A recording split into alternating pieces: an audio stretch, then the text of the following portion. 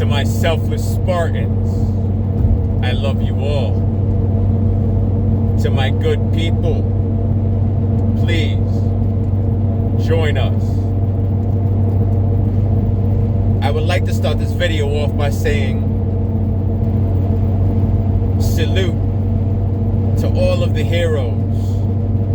Salute to all of the officers who are watching this. To all the soldiers. I love you all, and I thank you sincerely from the bottom of my heart for your heroism. Without you all, we wouldn't have freedom. I wouldn't be able to film this video. So let it be known, I stand by all law enforcement and I love you all. I say that because there's a couple officers that are going to be in this story. And any nicknames I give out, I assure you all, they were given to me by them. I would never disrespect anyone, especially not one of my people. So, I think it best we start with some backstory. About 7 years ago, I had the idea to buy my own house, okay? I was tired of paying the mortgages of others, and I was tired of being disrespected by the owners of those properties, whether it be my privacy be violated or I be thrown onto the street due to lack of emotional intelligence.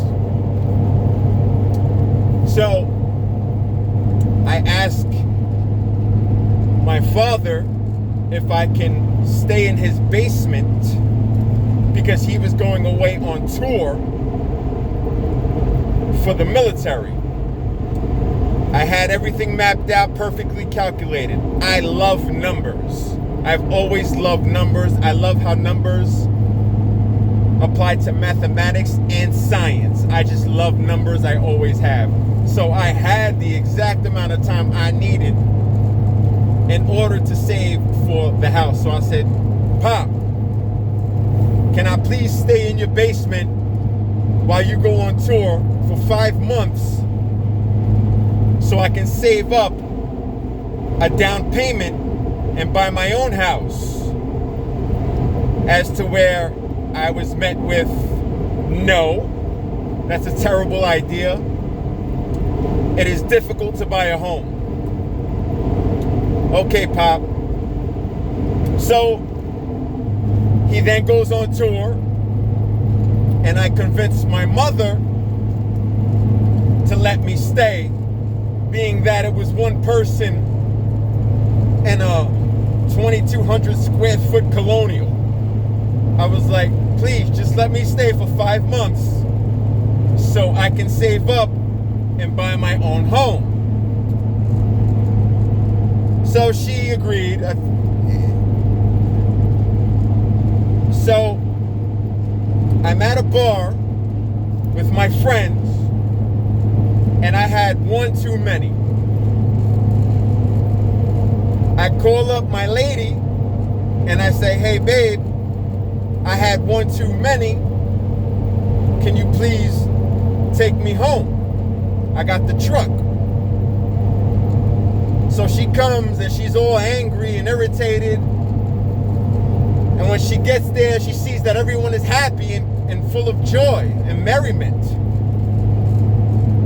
She sees that the bartender is giggling with all of my comrades, being a good host. So she tells me, ask the bartender to take you home. And then she leaves. Now I'm in total shock at this point because A, I'm not a cheater, and B, I literally was doing zero flirting with the bartender. Zero. Like, absolutely outlandish accusation. So I'm annoyed and I drive my truck. What happens? It didn't go well. So, I don't know how to put this. It didn't go well. So, I explained to my lady, hey, that was a terrible idea. I need you to come find me. I need you to come find me. Because it didn't go well. So, long story short, she finds me, right? But my mother was made aware of the situation. My ex neglects to tell my mother that she found me. So, my mother comes down to the basement, loses her mind on my ex, saying, "You stupid B, why wouldn't you tell me that you found my son?" And we come from the bottom. Millbrook Project, South Bronx. My mother's thorough. Like, she's thorough. She will throw hands with a man. So my mother goes to attack my ex. So I get in the middle and stop this from taking place, because my ex is sheltered and not from that world. And even bigger than that, I'm not having people fight. So because I did so, my mother called the police on me and had me thrown out of the home as to where I was homeless yet again. And look, for you all who may be passing judgment, save your judgment. I forgive everyone. I love everyone. These are my people, for better or for worse. I have no hard feelings. So anyway, yeah, so at that point, my mother called the police on me, broke my heart, because she literally gave a full body description to the operator. She said she gave the height, the color, my tattoos. Like, so what I said was, hey, don't forget this tattoo on my chest. It's a tattoo of my mother's name. So, yeah, I'm homeless again. Sleeping on the street. Oh, excuse me, I'm sleeping in the bed of my pickup truck. I put an air mattress in the bed of my pickup truck. I grow tired of that and I find a room. Little did I know that the room was in a drug den. The owner of the drug den tells me that my girl cannot use the bathroom. I tell him, you nor anyone can tell my lady a thing in this life. Any words from my lady go through me. I don't care if she drop kicks a kitten. Anything will go through me. So he attempts to attack me with a 120-pound pit bull. I then grab a machete to address the situation. He then calls the police. I then go to prison for felony weapons possession, being that I'm a convict and I cannot hold a knife. Okay? Where am I going with this? Oh, yes. So as a result of all the anarchy, I'm no longer receiving my mail, and I'm getting destroyed by E-ZPass. Destroyed.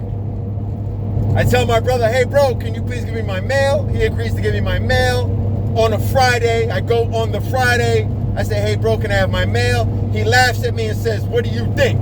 I'm in Atlantic City. I said, but bro, you said I could have my mail. He says, yeah, but not now. I'm in Atlantic City. I'm like, it's 6:30. I work in the daytime, brother.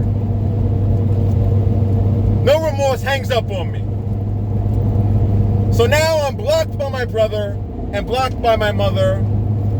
And my father is away in the military doing a tour, right? And I'm homeless. COVID-19 hits. I have zero support from any family member while homeless, and millions are dying, okay? So that's the backstory. As a result of that, I've been denied visitation of my godchild, who was born 6 years ago, for his entire life. I've missed my godchild's entire life. And to be quite frank, it was destroying me. I got to a level where I didn't want to live. I was blocked by my entire family. Millions were dying due to COVID-19. I can't see my own godson and or nephew. I was drinking myself into oblivion and smoking myself so retarded, I forgot my name. Right? So, why am I telling you this? Yesterday was the culmination of so many stories coming to a climax.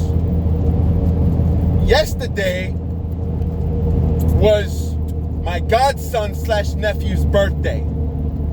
And for about the 7th year straight, I've been denied visitation.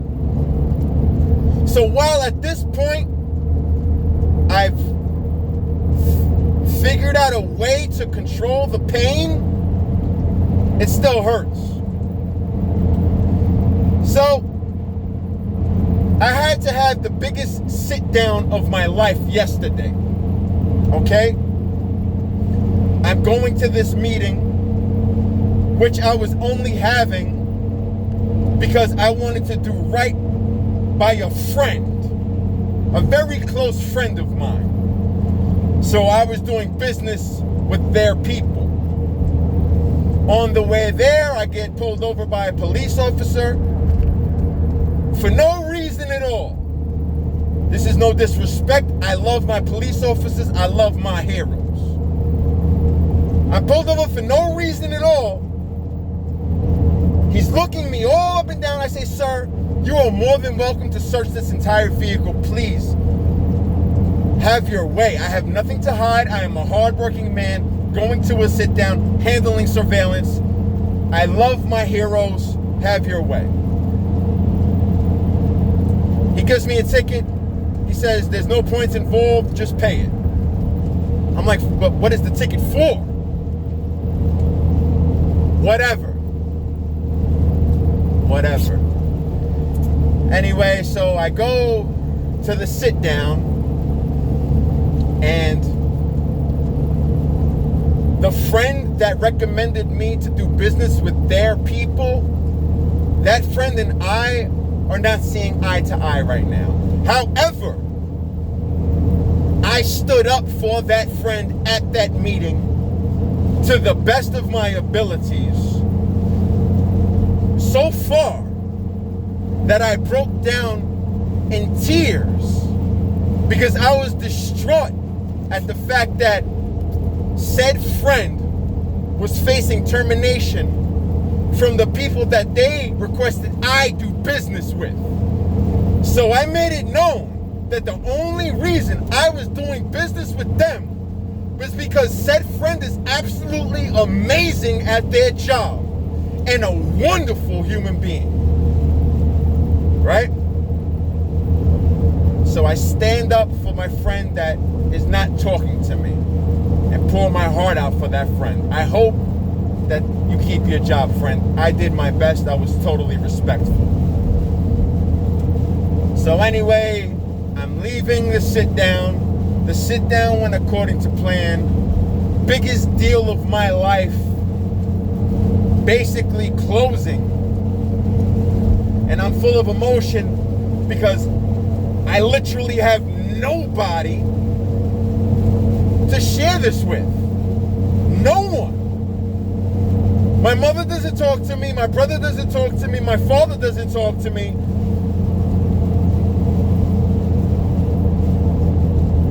A couple childhood friends are just totally lost in life, doing drugs, doing alcohol, and complaining about their downfalls. Meanwhile, I tell them drugs and alcohol are not it. So they're mad at me now. And let's go back to that. I told you all that I would like you to reserve your judgments because these stories are about people in my life, and I love them and I don't care, and I'm behind them for better or for worse. So keep your judgment. I don't care what they do. I love them all unconditionally. If there is an issue, it will be taken care of after the fact. For example, a situation came about where I invited my friend, Officer Pure Guinea, to sit down and have some sandwiches, whatever, just the camaraderie. I surprised Officer Pure Guinea with a birthday wish where they bring out cake and a candle, right? And Officer Pure Guinea is elated and he's feeling the love. I love him. That day, Officer Pure Guinea wanted to show off his new truck that he bought for himself because he is a hard-working hero. I invited him to join me and my comrades to sit down and enjoy each other's company. Officer Pure Guinea's brand new truck keys and house keys walked away on him. So now there's a sneak thief, or is there?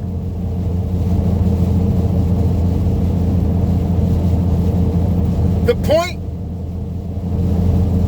if there is an issue, it will be dealt with after the fact. Either there will be a disciplinary punishment, or at very least, a conversation about sneak thieves not being welcome amongst us. Sneak thieves are dirt. But apparently it was a mistake and there was no sneak thief and the keys showed up. Anyway, back to the story. So I had to complete business yesterday while experiencing a whirlwind of emotion.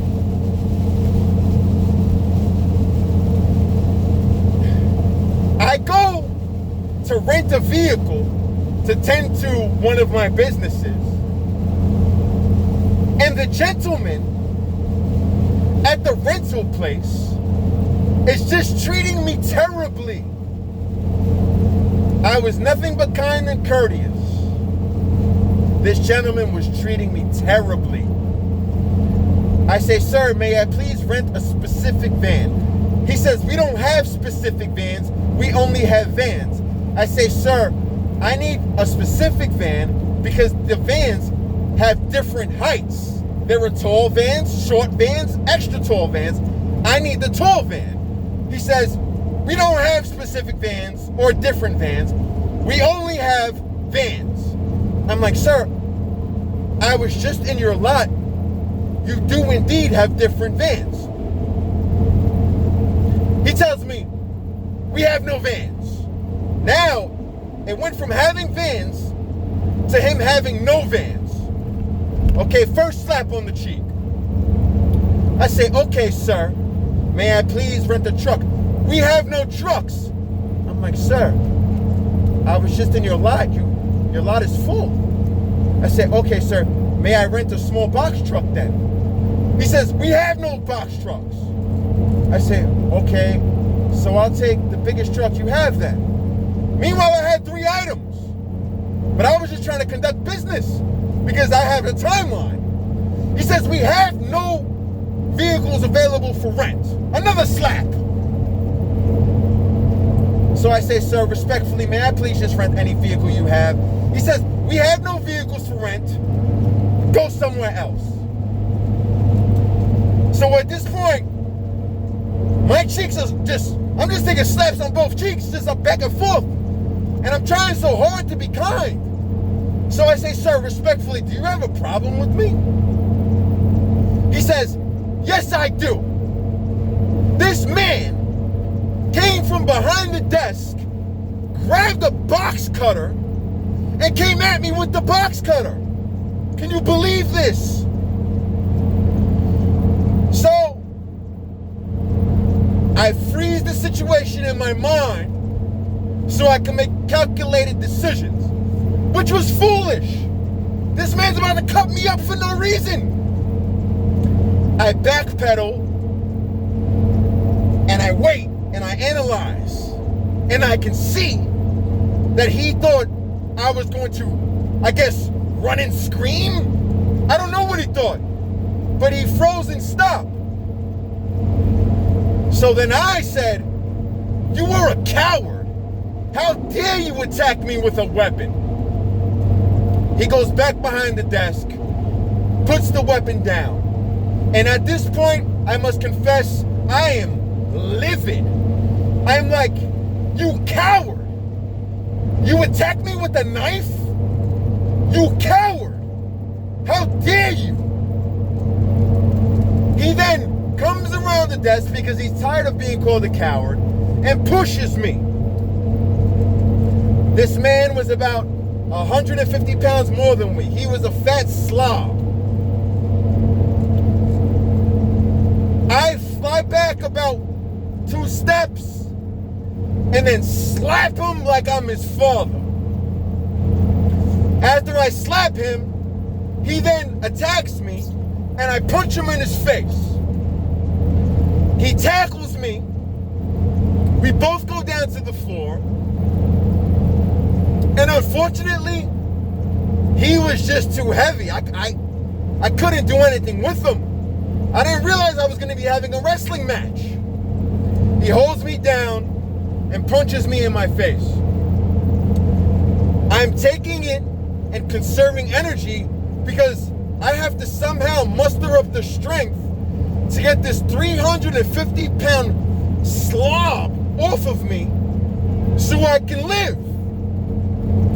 He then gets off of me, screams out, I only make $17 an hour. I don't want to do this. Runs, grabs a scissor, and turns around. I say, friend, no need to grab another weapon. You bested me. Congratulations. I hope you have a great day. And I walked out. What is the lesson? You see, I've been struggling with the whole give one cheek and let God handle it. Because I've been abused my whole life. I worked out because people try to rape me in prison, and I didn't let that happen. I kept my manhood by working out. So I am confused as to what point do we stop allowing abuse? And the Holy Spirit has spoken to me, and I know now what I must do. You see, Jesus gave his life for us. He gave his life. There was no limitation to the abuses he endured. Therefore, there must be no limitation to the abuses we endure. For God is great. To my selfless Spartans, train. Please, eat right. And to my good people, again.